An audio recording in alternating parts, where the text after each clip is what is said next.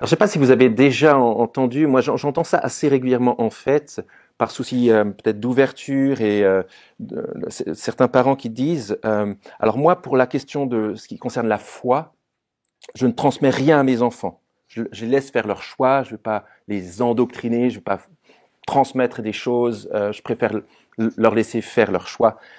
Alors ça c'est, j'aimerais, on peut en discuter après, mais je pense que ça c'est faux. On transmet toujours des choses, y compris sur la question de la foi, y compris quand on est athée, quelle que soit notre religion. La question c'est plutôt de savoir ce qu'on transmet, d'en être conscient, d'être honnête avec ça, avec nos enfants et avec notre entourage, et puis aussi de savoir dans quel but on transmet ce qu'on transmet. On ne veut pas le faire par mécanisme ou par reproduction machinale d'une culture donnée. On veut le faire par conviction. Mais c'est vrai que la foi, c'est quelque chose de personnel. Mais souvent, le plus souvent, je dirais, c'est par quelqu'un qui nous a parlé de l'évangile qu'on vient à la foi. Ça se passe par quelqu'un. Et à commencer par la famille chrétienne. Il se passe quelque chose au niveau de la transmission de la foi qui n'est certainement pas à rejeter, mais à valoriser.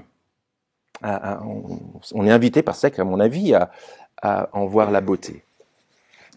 Et c'est un défi, mais c'est un beau défi, mais c'est un défi d'autant plus difficile que ce que j'appellerais notre Occident sans Dieu, qui croit d'ailleurs avoir tout compris et qui veut donner des leçons au monde entier, des leçons de morale au monde entier. Cet Occident sans Dieu rejette de plus en plus l'institution famille telle que Dieu l'a conçue. C'est de plus en plus visible, y compris à travers l'école. J'ai lu un article cette semaine encore sur cette question-là. Alors, en bon lecteur d'Éphésiens, on n'est pas surpris par cette tension qui existe. Il y a un conflit de valeurs entre deux humanités.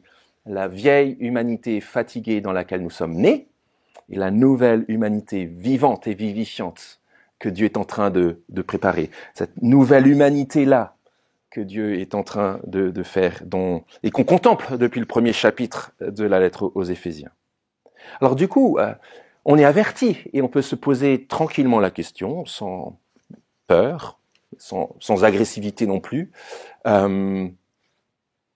Comment la famille chrétienne s'inscrit-elle dans le grand plan de Dieu? Et je pense que Paul nous aide par ces 4 versets à le voir. Comment est-ce que quand on rentre dans le couple, comme on l'a vu la semaine dernière, quand on rentre dans la génération des enfants, comment on fait pour s'inscrire dans ce grand plan? C'est pas facile, mais c'est vital. Et je pense que dans le contexte de Paul et du discours qu'il tient, centré sur Jésus-Christ là, on pourrait répondre ça. Quand notre rapport à l'autorité est restauré, alors la famille chrétienne s'inscrit dans le grand plan de Dieu. Quand les enfants écoutent leurs parents, alors la famille chrétienne s'inscrit dans le grand plan de Dieu. Et quand les parents nourrissent leurs enfants de l'évangile, alors la famille chrétienne s'inscrit dans le grand plan de Dieu. Alors j'ai fait exprès de mettre quand, depuis la semaine dernière, vous avez remarqué, je mets quand. Moi c'est quelque chose que j'adore chez les enfants, ça. C'est que quand tu leur demandes un concept, ils répondent par quand. C'est quoi une chaise? C'est quand on s'assoit. C'est quoi une pomme? C'est quand on mange et qu'on... Ça passe par l'expérience, en fait. Et en fait, Paul dit pas autre chose. C'est que il y a quelque chose qui non seulement est cru, mais aussi vécu, qui permet de savourer ce que ça veut dire. Et quand on savoure ces 3 points, je pense qu'on voit d'autant mieux comment, en tant que famille chrétienne, on s'inscrit dans le grand plan de Dieu. Alors, n'ayons pas peur de nous répéter. C'est pour ça que je vous propose le même en tête du verset 21 que la semaine dernière. Il est nécessaire qu'on repose en préambule ce que Paul pose en préambule. C'est cette question du rapport à l'autorité. Et on veut se rappeler ce matin, une fois de plus, que le problème, ce n'est pas l'autorité ou la soumission. Le problème, c'est que notre rapport à l'autorité peut être difficile. Notre compréhension de la soumission peut être difficile, souvent à cause de mauvaises expériences de l'exercice de l'autorité. Quand l'autorité a été sur nous absente, abusive, toxique, en politique, au boulot, dans la maison. Alors du coup, on a du mal avec la question à la fois d'autorité et de soumission. Des mauvaises expériences qui font que, en fait, il y a quelque chose qui bloque en nous sur ces questions-là. Que ce soit dans le couple, dans l'Église, dans la société et dans la famille. Et dans Éphésiens, Paul nous rappelle aussi, d'abord, pourquoi notre rapport à la soumission et à l'autorité sera toujours compliqué, même si on a eu des super parents, un super patron. Parce que, comme il l'a dit dès le chapitre 2, on est dans une humanité dans laquelle on marchait autrefois, selon le prince de la puissance de l'air, Satan, le diable, cet esprit qui agit maintenant dans les fils de la rébellion. Donc c'est pas juste quelques fils disséminés dans le monde, dans la tête de Paul ici, c'est juste le monde est marqué par la rébellion. Et Paul nous montre dans le déroulement que c'est pas donc un hasard si on a un problème avec l'autorité, qu'on l'exerce soit mal, d'une manière abusive, soit qu'on fuit, qu'on ne l'exerce pas du tout, soit qu'on n'aime pas être soumis parce qu'on est méfiant ou qu'on a été blessé. Voilà la raison. Et c'est à cause de cette culture humaine générale que on peut expliquer notamment ce que les Anglais appellent d'une manière toujours tellement lapidaire et efficace les terrible twos. C'est-à-dire autour de 2 ans, quand notre enfant dit moi tout seul, c'est moi qui fais. Alors bien sûr, ça peut être l'enfant qui traverse une crise dans le sens positif du terme, où il passe un cap et il apprend à manifester son caractère. Et je l'ai vu dans ma propre famille, voilà. Mais c'est pas tout. C'est que il y a quelque chose dans l'ADN qui montre, et demandez à n'importe quel parent ici, que c'est pas juste il se forge son caractère, c'est super. Et en fait, il se passe des choses au niveau de la difficulté à se soumettre et la volonté d'être le centre, déjà chez les enfants en bas âge.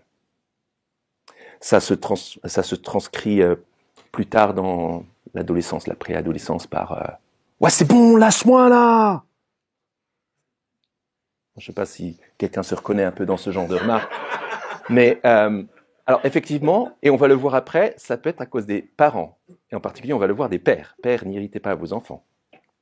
Mais c'est aussi un signe que ce que Paul dit ici sur la vieille humanité dans laquelle nous naissons, fait que dans notre ADN, non seulement à 2 ans, mais à 15 ans aussi, à 16 ans, à 13 ans, dans tous nos âges, nous avons en nous une difficulté à nous soumettre à une autorité, même si elle est bonne et bien argumentée. C'est ce qui avait conduit une copine d'une de mes filles à lui dire « Non mais, pourquoi t'es pas révolté contre tes parents? On est tous révoltés contre nos parents. Révolte-toi, purée, c'est ça qu'il faut faire maintenant. Purée, t'as 13 ans, quoi. Vas-y, révolte-toi. » Et du coup, on avait eu un repas juste, on se travaillait, on était juste avec les filles à table. Et elles me disent « Papa, est-ce que là, il faut qu'on se révolte maintenant, là ?» Je dis ouais, pas forcément. Alors on est d'accord que, et on peut en discuter après, hein, il est question aussi de l'affirmation de soi et de la découverte de l'autonomie saine de quelqu'un qui est en train de devenir adulte. Mais quand même, dans notre ADN, on a ça. On est né dans la vieille humanité fatiguée qui est marquée par la rébellion. Mais il y a aussi l'espérance. Paul nous précise dans Éphésiens l'espérance. Notre espérance provient de ce que Dieu est en train de faire dans le monde, le fameux grand plan dont on parle depuis le début. Et ce plan, il est résumé dès le premier chapitre. Ici, là, je le lis, chapitre 1, verset 10. Dieu est en train de réunir sous un seul chef, autorité suprême, le Christ, tout ce qui est dans les cieux et sur la terre. Le contraire d'une mauvaise autorité. La bonne autorité suprême qui exprime combien il est bon d'être sous cette autorité que Dieu a placée. Pour le dire autrement, même si nous naissons dans une humanité marquée par la révolte dès qu'on le voit dès notre plus jeune âge, l'espérance chrétienne, c'est que Dieu, en plaçant Christ comme chef, non seulement rétablit notre relation avec lui, mais en plus répare notre relation par lui avec l'autorité et la soumission. C'est déjà ce qu'on a vu la semaine dernière. C'est pas un problème de nous soumettre à Jésus-Christ, en tout cas en théorie. Et merci pour cette première partie d'Anne qui nous a montré que On doit régulièrement réfléchir sur la question de qui est assis sur le trône de ma vie. Voilà pour les grandes lignes. Et c'est ce qu'exprime ce fameux verset 21. C'est pour ça que je vous l'ai proposé comme un peu chapeau. Je pense que Paul l'a en tête quand il dit tout ça aux couples et aux familles. Soyez remplis de l'esprit, c'est ce qu'on a vu en écho au début du culte. Littéralement, vous soumettant les uns les autres dans la crainte de Christ, c'est-à-dire dans le profond respect de Christ. Quand on voit qu'on est rempli par l'Esprit de Dieu, on a un rapport à l'autorité, au service les uns des autres dans l'Église, qui est complètement réformé. Et du coup, avant qu'on attaque, et j'y viens, la question des enfants, parce que Paul nous y contraint, c'est, je pense, une invitation à écouter tous ces propos au-delà de nos blessures, de nos colères et de nos échecs. Dans ce domaine de l'éducation reçue ou transmise, on a tous des choses à revoir. On a tous c'est évident, c'est massif. Mais on est invité à réfléchir restauration, recréation, nouvelle humanité, nouvelle relation, espérance. La bonne nouvelle de Dieu dans la personne de Jésus-Christ, c'est qu'il n'y a pas de fatalité. Bien sûr, des choses se répètent dans les générations, mais lorsqu'on rencontre Jésus-Christ, qu'on se laisse transformer par l'Évangile, nous sommes sûrs qu'il est possible d'avoir des nouveaux départs, des repentances et la fin des cercles, des cycles infernaux, la fin de la fatalité. On peut espérer. Alors attaquons la question des enfants. Comment nos familles chrétiennes s'inscrit-elle dans le grand plan de Dieu? Bien sûr, c'est quand notre rapport à l'autorité est restauré, Dieu le fait, ça. Et puis aussi quand les enfants écoutent leurs parents. C'est comme ça que je résumerai les deux verbes obéissez, honorez vos parents, chers enfants. Alors Paul est polémique dans ce qu'il dit. Il s'adresse en premier aux enfants. On l'avait vu la semaine dernière, il s'adresse en premier aux femmes. Ça nous paraît tellement évident aujourd'hui, mais à l'époque c'était une chosification extrême de la femme. Et c'est pareil pour les enfants. Je n'ai pas résisté à l'envie de vous lire un extrait du commentaire de John Stott que j'ai ici et qui résume. Moi j'ai mis un marque-page qui est plus au bon endroit. Heureusement que j'ai mis un truc qui résume comment le droit des pères au 1er siècle dans la famille romaine, pas chrétienne, romaine. À la tête de la famille romaine, le pater familias exerçait une autorité absolue sur tous ses membres. Le caractère autocratique de la patria potestas se manifestait non seulement dans le droit que détenait le père de punir, mais également dans son droit de vie et de mort. Sur ses enfants, meurtre, exposition des nouveau-nés, quand il n'en avait pas envie. Le pater familias avait tous les droits sur ses enfants, comme sur ses esclaves et sur ses biens. Un père romain détenait un pouvoir absolu sur toute sa famille. Il pouvait vendre ses enfants comme esclaves, il pouvait les enchaîner et les envoyer travailler dans ses champs, il pouvait le faire en toute légalité, car il avait la loi pour lui. Il pouvait les punir à son gré et même leur infliger la peine de mort. L'historien Barclay, dans la période d'après-guerre, qui a fait des recherches dans ce domaine. Vous voyez comment Paul est à contre-courant de sa culture et de la culture dans laquelle il écrit. Il s'adresse à des personnes, à des enfants qui sont des personnes à part entière, qui dès leur enfance sont capables d'écouter des choses, de comprendre des choses et d'agir à partir d'une information. Et là, pour le dire simplement, c'est n'importe qui, dès son plus jeune âge. Il y a des enfants, des jeunes parmi nous. Et on veut le transmettre à nos familles. Je suis toujours plus émerveillé par le plan de Dieu pour une nouvelle humanité. Je suis émerveillé par ce que Dieu fait dans la personne de Jésus-Christ. Je comprends toujours mieux. Et du coup, je me pose la question, très jeune, comment aligner ma vie sur tout ça?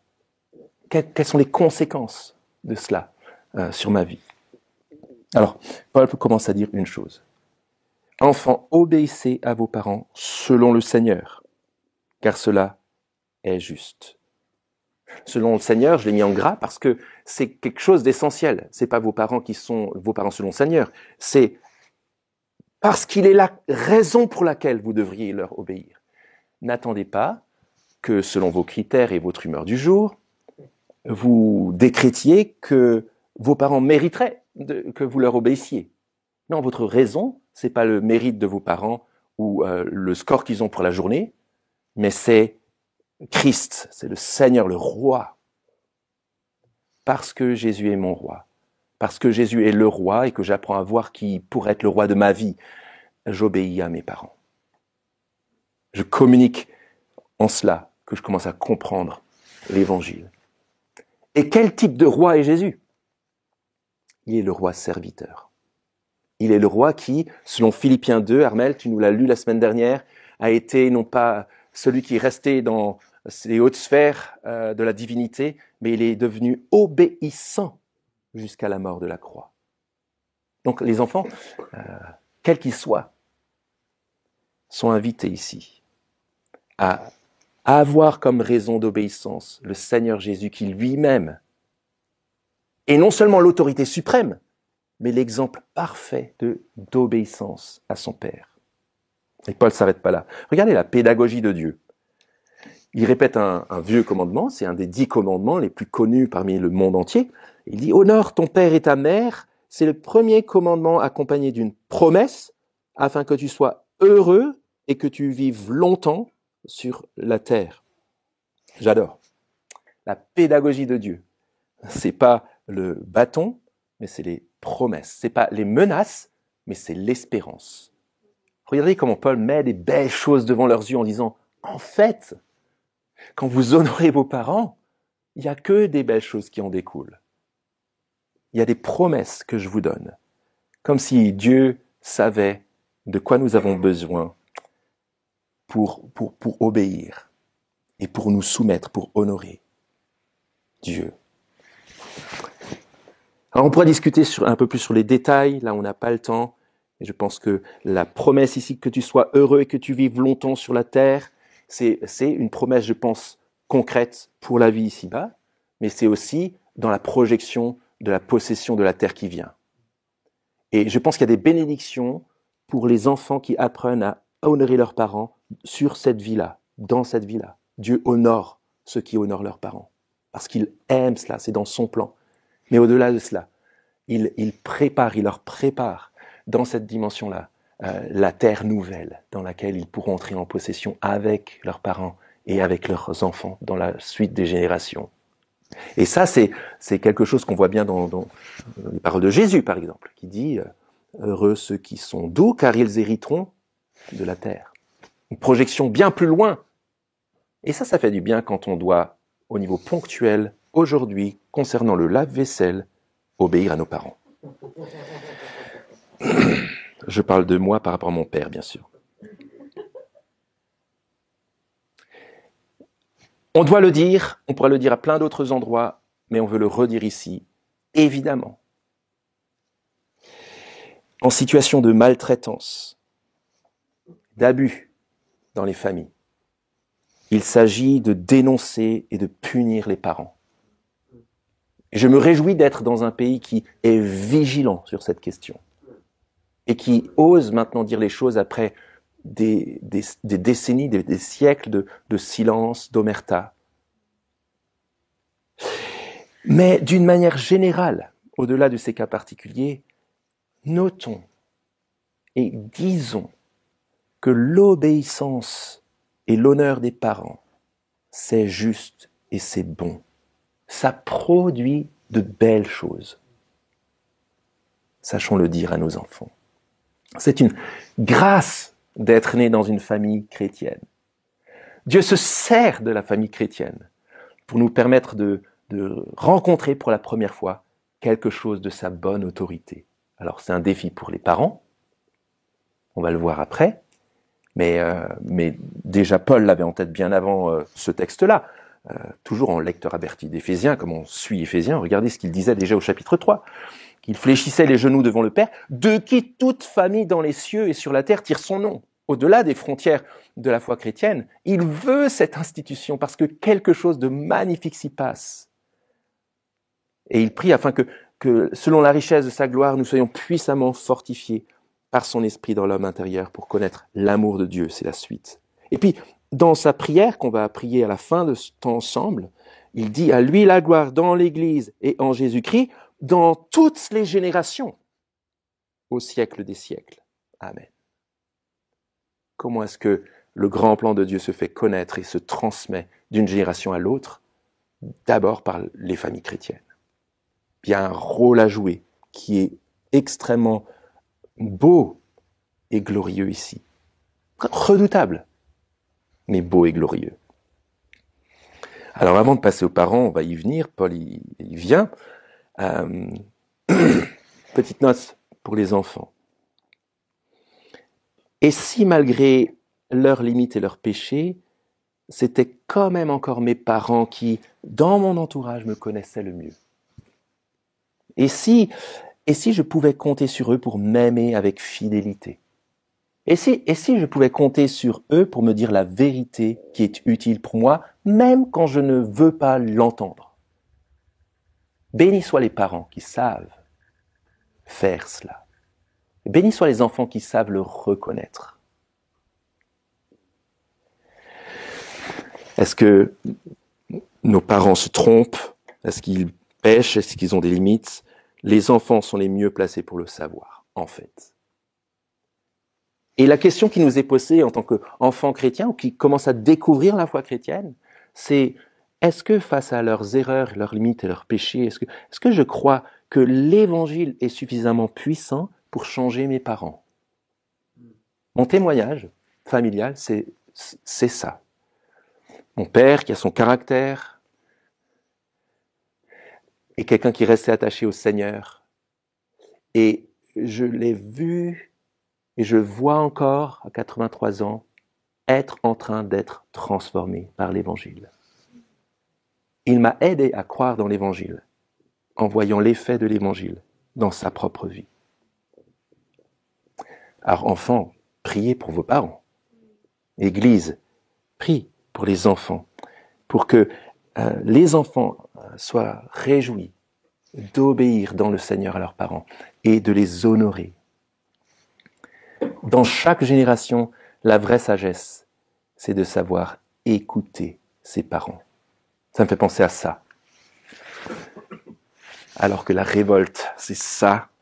Le clash entre les générations n'est pas une fatalité. Et pour recevoir ce que les parents ont à nous transmettre, il faut ouvrir les mains. Il faut être prêt à recevoir. Il faut lâcher prise. Non pas pour devenir des moutons, ou pour voir notre caractère s'étioler et partir en fumée, mais pour devenir des hommes et des femmes qui ont su s'inscrire dans la succession des générations en desserrant les poings pour recevoir le témoin que les parents dans la course de relais de l'histoire doivent leur donner. Et on en vient aux parents. Comment la famille chrétienne s'inscrit-elle dans le grand plan de Dieu quand notre rapport à l'autorité est restauré, quand les enfants écoutent leurs parents et quand les parents nourrissent leurs enfants de l'Évangile. J'espère qu'on va voir dans ces quelques mots pourquoi il y a le mot nourrir ici, qui est si beau. J'avais été à une conférence entre pasteurs où on racontait notamment des histoires. Un collègue racontait comment dans un groupe d'hommes, un des hommes avait expliqué comment son père l'avait éduqué à la vie. Et il racontait qu'à l'âge de 3-4 ans, son père l'a mis en haut d'un mur de 2,50 m et il lui a dit « saute ». Vas-y, saute. Et lui, il avait peur. Et son père insiste, hausse un peu le ton, lui dit « saute, saute, je te retiens, saute, vas-y, viens, saute ». Et puis, vous imaginez le culotte courte qui hésite et il se met un peu à geindre, etc. Et au bout d'un moment, il fait le pas, il saute, et au moment où il saute, son père se retourne, s'éloigne et le laisse tomber par terre. Et son père se retourne, ne le reprend pas dans sa main, se baisse vers lui et lui dit, tu vois, c'est comme ça dans la vie. Et c'est la principale leçon que j'ai à t'apprendre. Dans la vie, les gens ne te font pas de cadeaux. Tu ne dois pas leur faire confiance. Traumatisé à vie, le mec.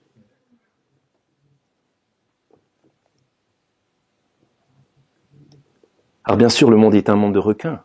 Peut-être. Mais est-ce que c'est une raison pour laquelle on devrait transmettre ce genre de choses à nos enfants? Ça nous pose la question, de quoi est-ce que vous voulez que vos enfants soient équipés pour leur vie? Avec quoi vous voulez qu'ils prennent leur envol? Et tous ceux qui sont parents ici et tous ceux qui sont enfants, quelqu'un est enfant ici? Ah oui, tout le monde en fait. Savent bien que leurs parents à un moment donné leur ont communiqué des choses. De quoi vos enfants ont besoin pour prendre leur envol? J'imagine qu'il y a toutes sortes de réponses qui sont ambitieuses, qui on rêve de choses belles pour nos enfants et on veut les voir réussir dans la vie.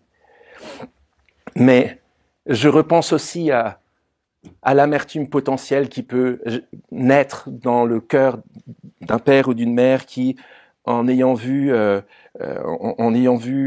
couru comme des fous dans leur travail, dans leur métier, pour essayer de faire en sorte que leurs enfants aillent dans les meilleures écoles, etc., voient qu'en fait, il n'y a pas un retour sur investissement et plein d'amertume quand les gamins ont 25-30 ans et puis que ça part enfin dans la famille. Le père dit « Tu comprends pas que tous ces sacrifices, je les ai faits pour toi !» Il est que nos projections sur nos enfants et que ce qu'on souhaite d'eux ne deviennent pas des lieux de pression et d'irritation. Père, n'irritez pas vos enfants.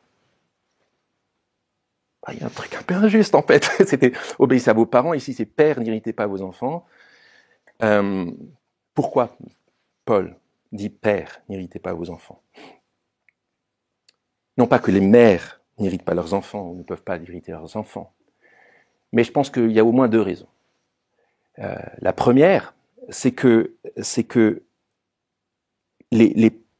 dans le plan de Dieu, le père est le chef de famille dans le sens noble du terme, pas dans le sens du despote tyran, dans le sens de celui qui a la responsabilité de conduire les choses.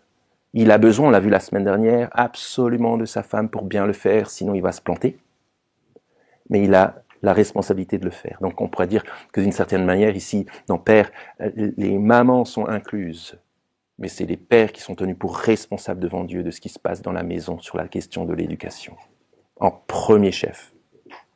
La deuxième chose, c'est peut-être aussi parce que, quand même, on peut en discuter, hein, mais à cause de notre structure typique, les pères peuvent plus facilement irriter leurs enfants que les mamans.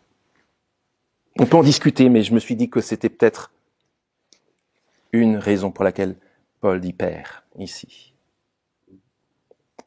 Il y a un de mes enfants, oui, une fille, que j'appelais depuis qu'elle a la parole en fait, mon MPSP, mon petit scanner portatif. C'est qu'elle était capable, quelles que soient les situations, de mettre le doigt sur des trucs dans lesquels j'étais dans l'incohérence, j'étais constamment passé au scanner, et c'était tellement utile. Ce qui me permet de vous livrer quelques éléments où je vois que on pourrait être en danger d'irriter nos enfants. Peut-être que vous avez votre propre histoire, de vos propres parents. Peut-être que vous avez votre propre histoire en tant que parent où vous avez été bien conscient d'irriter vos enfants. Et là, on parle pas d'irriter les enfants parce qu'ils n'ont pas envie d'accomplir une tâche et ça les irrite. Et donc, non, c'est pas ça la question. Du tout. La question, c'est irriter dans le mauvais sens du terme. Voilà ma petite liste. Je vous la livre. Elle est non exhaustive. Mais comment on peut irriter nos enfants? Trop de présence. Trop d'absence. Trop d'exigence. Pas d'exigence. des attitudes, des décisions incohérentes, de l'irritabilité constante, un désintérêt pour ce qu'ils vivent, ce qu'ils aiment, ce qui les stimule, ce qui les préoccupe, ce qui les inquiète. Un rabaissement pour je ne sais pas quelle valeur noble. Tu n'y arriveras jamais, de toute façon, tu as toujours été nul dans ce domaine. Le contrôle. Je t'aime, mais j'ai un projet magnifique pour ta vie. Ou tu vas faire ce que je n'ai jamais réussi à faire. Ou alors, par la pression scolaire et sociale. Tiens-toi droit! J'avais entendu il y a quelques années une émission qui regardait la différence, et il y a un truc très français là-dessus, sur la manière avec laquelle on lâche nos enfants entre les Anglais et les Français, comment on lâche nos enfants dans le carré de jeu pour enfants dans un parc. Les mamans, les parents anglais, certainement américains aussi, plutôt anglo-saxons, disent naturellement « Go, have fun !» Amuse-toi, vas-y, salis-toi, vas-y, fonce, c'est génial. Et la question était posée, qu'est-ce que les parents naturellement en France diraient avant que leur enfant aille jouer? Fais attention, te salis pas, que des trucs en fait négatifs. Et là, j'ai été repris dans ma culture française. Autre manière d'irriter. Des remontrances constantes et une difficulté à encourager. Et ça, mes enfants pourraient en dire des tonnes là-dessus. Qu'est-ce que c'est irritant. Et je ne sais pas pourquoi, moi je trouve que c'est dur, il faut se faire violence pour trouver en quoi encourager. Et je ne sais pas pourquoi. Certainement que c'est dans ma propre histoire. Mais un refus de laisser nos enfants nous déranger dans nos habitudes, notre confort, nos amis, notre rythme. Qu'ils restent en périphérie, ça ira bien. Un petit peu comme la société victorienne, en fait, du 19e siècle.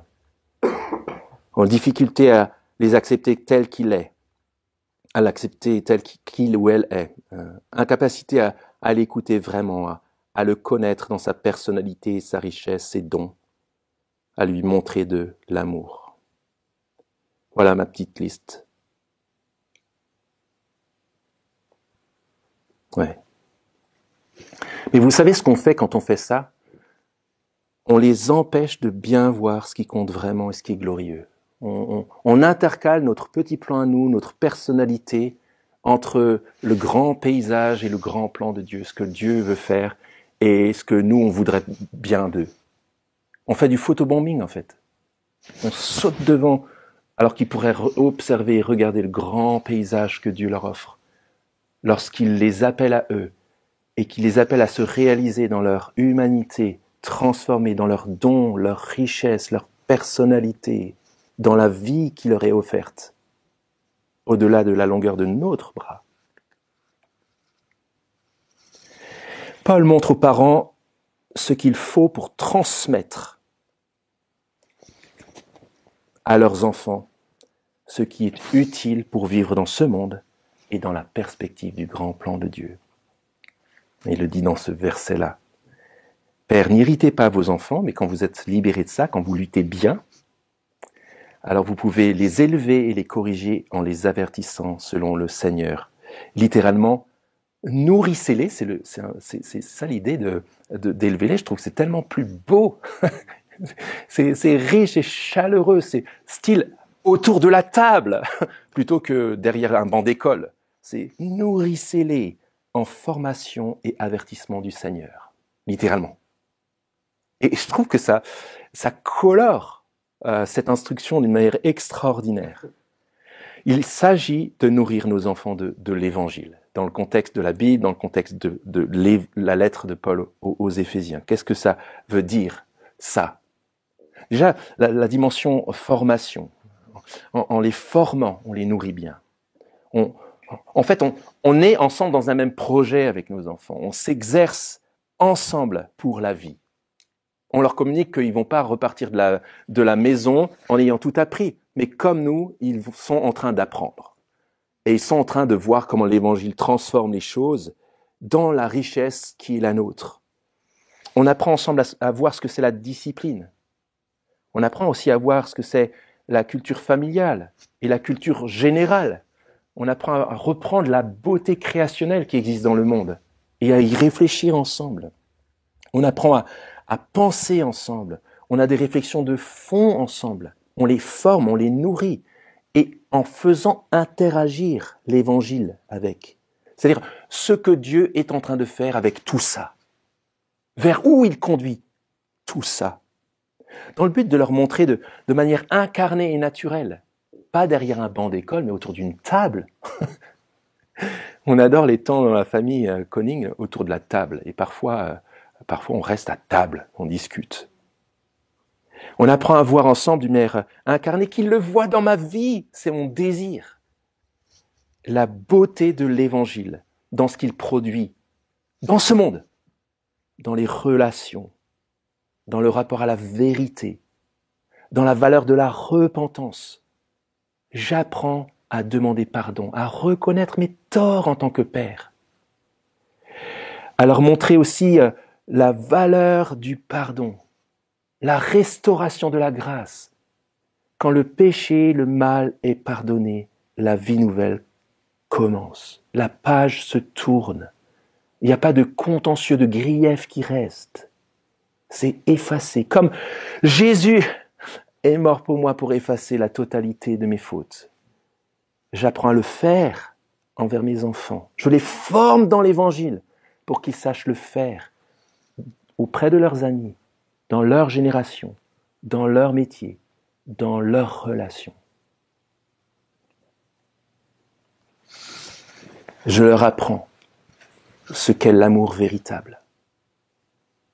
Je leur montre dans mon rapport avec mon épouse, dans mon rapport avec, dans ma manière de savoir le dire que je les aime. L'Évangile dans toute sa beauté. Et pardon Seigneur, pardon Ève, Marissa, Aline et Nils, pour toutes les fois où je passe à côté. Je ne montre pas juste la beauté de l'Évangile, je montre la puissance de l'Évangile quand je forme mes enfants, quand je les nourris dans l'Évangile. La puissance de l'Évangile pour transformer les vies, pour modeler les caractères, pour corriger, pour solutionner, pour restaurer, pour guérir. Et la meilleure manière avec laquelle je peux leur montrer la puissance de l'Évangile, c'est de montrer qu'il est puissant sur moi et sur eux.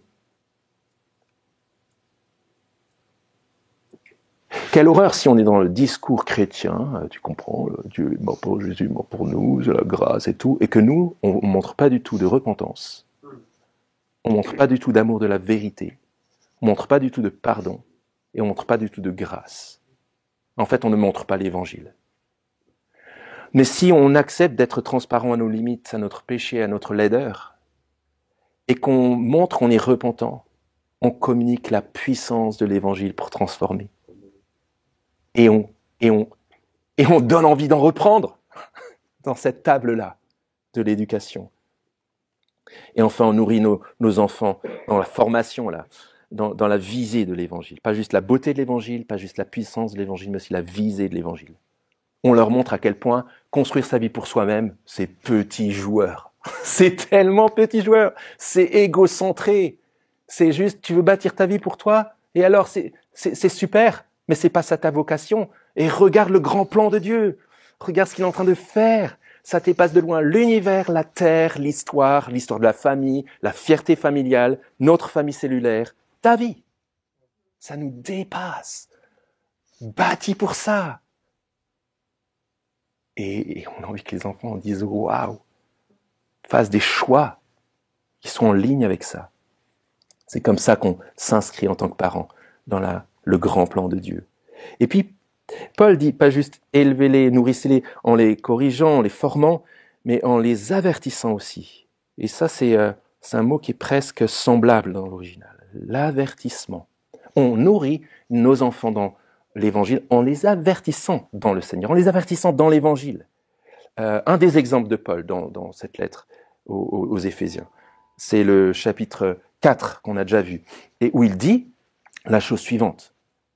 En tant qu'Église, nous ne serons plus des enfants flottants et entraînés à tout vent de doctrine, joués par les hommes avec leurs fourberies, leurs manœuvres séductrices, mais en disant la vérité avec amour, nous croîtrons à tous égards en celui qui est le chef, Christ. Vous voyez l'avertissement ? Mon fils, ma fille, rappelle-toi qu'être dans le vent est une ambition de feuille morte, comme dit Milan Kundera. T'as le vent qui souffle, tu vas à droite, à gauche, t'as pas de racines, ça va rien donner de bon. Mais regarde ce qu'on est en train de faire en tant qu'Église. En fait, je le veux pour toi. Je ne veux plus que tu sois un enfant flottant et entraîné à tout vent de doctrine, joué par les hommes et par leur fourberie avec leurs manœuvres séductrices. Mais je veux que tu sois quelqu'un qui dise la vérité avec amour, pour croître à tous égards en celui qui est le chef. Christ. Les proverbes dans la Bible. Lisez-les. Ils regorgent littéralement d'avertissements sains et bons, joyeux concernant l'éducation. Voilà les éléments dans lesquels on peut éduquer nos enfants et les avertir dans l'Évangile. Malgré la beauté du monde créé dont je parlais avant, savoir leur montrer aussi en quoi c'est la vieille humanité qui passe là. Quelle est la logique du monde sans Dieu?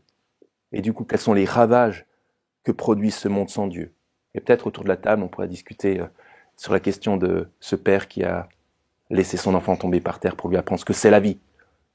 La logique, les ravages que produit ce monde sans Dieu. Puis aussi le jugement auquel ce monde s'expose en rejetant Dieu. Les avertissements en disant, dans le monde de Dieu, dans la perspective de Dieu et selon le plan de Dieu, on ne bâtit pas sa vie sans lui impunément. Il y a des conséquences. Et je t'avertis. Frères et sœurs, en tant que parents, il faut vraiment de la sagesse et du courage et de l'investissement pour prendre notre place comme il faut et pour ensuite nous retirer quand il faut. C'est super dur. Et je pense que cette sagesse se trouve dans l'Évangile.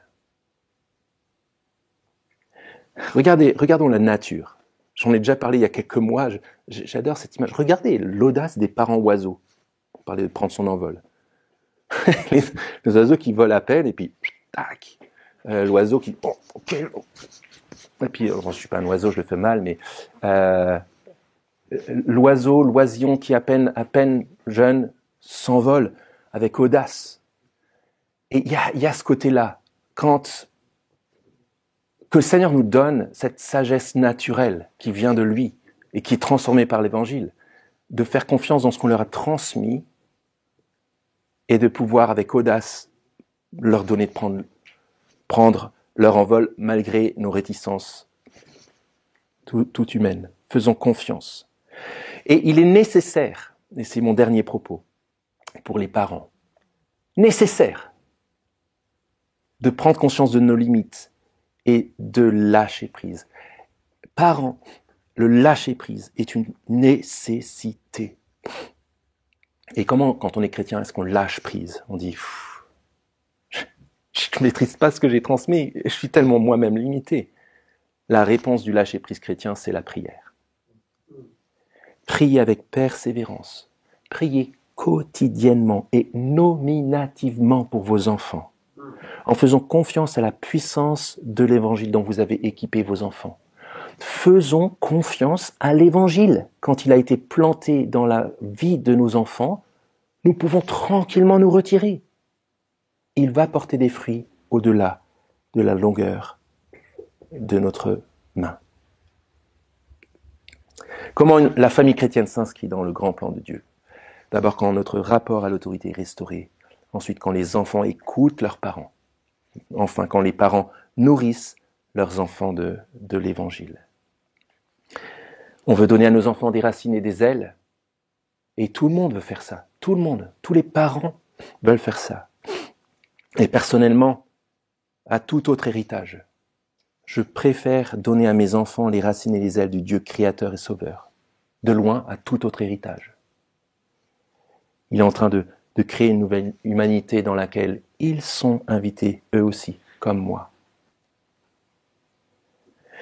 Je vais vous poser 2 questions qu'on pourrait discuter ensemble après le culte pour prolonger ce texte.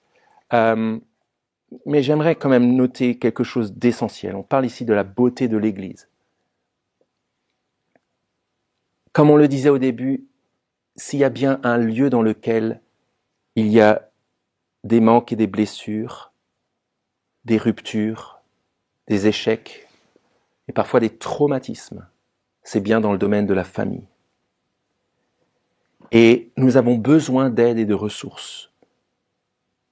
Et ma conviction, d'après ce que je comprends de la Bible et de la lettre aux Éphésiens, c'est que la ressource principale que Dieu nous donne pour guérir, pour nous restaurer, pour apprendre, pour grandir dans notre mission d'enfants et de parents, c'est l'Église. Donc parlons. Ne gardons pas les choses pour nous. Parlons, partageons, prions les uns pour les autres. Voilà mes 2 questions pour qu'on pourra se poser avant que je prie. La première question, ce serait qu'est-ce que j'ai reçu de positif dans mon éducation? Et puis qu'est-ce qui a laissé à désirer, si on ose se le dire? Puis deuxième chose, en quoi ce texte nous éclaire, nous stimule, nous corrige sur le projet de Dieu pour nos familles? Il y a forcément des trucs. En tout cas, moi, il y en a eu. Je vous invite à prier.